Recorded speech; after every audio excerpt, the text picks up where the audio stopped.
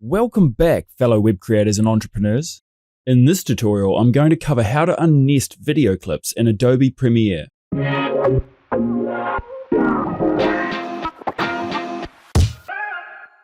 To kick things off, I nested together some videos for the purpose of this demo.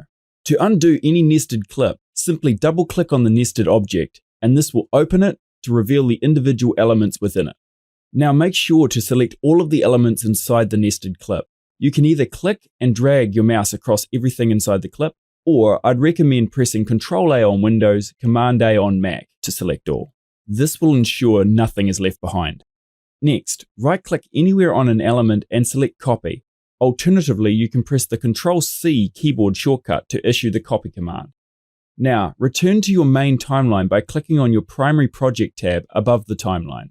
Reposition your time marker to the right of your nested sequence so that you don't paste your nested elements over top of it. Press the Ctrl-V keyboard shortcut to paste your copied nested elements onto the timeline. Now you can delete the nested sequence and work with the individual elements again. And that's it for this tutorial. I hope you learned something new.